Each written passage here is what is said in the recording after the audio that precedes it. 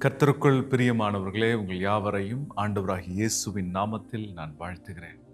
ஆண்டவர் இந்த நாளிலே உங்களை பார்த்து சொல்லுகிற ஆசீர்வாதமான வார்த்தை என்னவென்றால், பயப்படாதே, நான் உனக்கு துணை நிற்கிறேன்.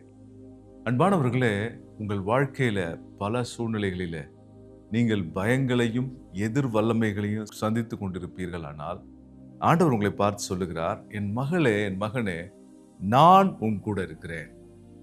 சர்வ லோகத்தையும் படைத்தவர், சர்வ வல்லமையுள்ள தேவன் நம்மோடு கூட இருக்கிறார்.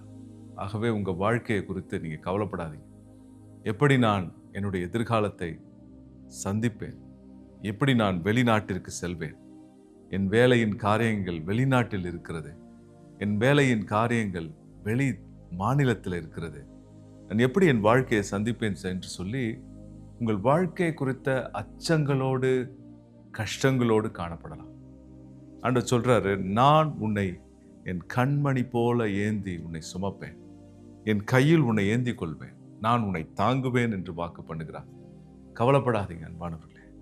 ஆண்டவரை நம்புறதுல உங்க உள்ளத்தை நீங்க ஈடுபடுத்திக் கொள்ளுங்க.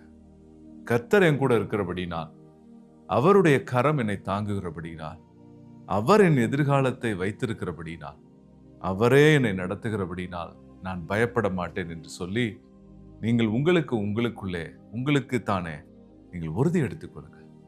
பயப்படாமல் இருங்கள். அவர் மேல் விசுவாசம் வையுங்கள். அவரை நம்புங்கள். அவரை நம்பும் பொழுது உங்கள் வாழ்க்கையில் பயங்கள் விலகி போகும். நன்மைகள் எல்லாம் உங்களை தொடர்ந்து வரும்படிக்கும், தீய காரியங்கள் அகன்று போகும்படிக்கும் கர்த்தர் உங்களுக்கு உதவி செய்ய போகிறார். நான் உனக்கு துணை நிற்கிறேன் என்று ஆண்டவர் வாக்கு பண்ணுகிறார். ஆண்டவர் உங்களுக்கு துணை நிற்கிறபடியால் நீங்கள் ஜெயிக்க போகிறீர்கள். நீங்கள் ஜெயம் பெறுவீர்கள். எல்லா கஷ்டங்களையும் தாண்டுவீங்க. கர்த்தர் உங்க கூட இருந்து உங்களை வழி நடத்துறதை நீங்க பார்க்க போறீங்க. பயப்படாம இருங்க.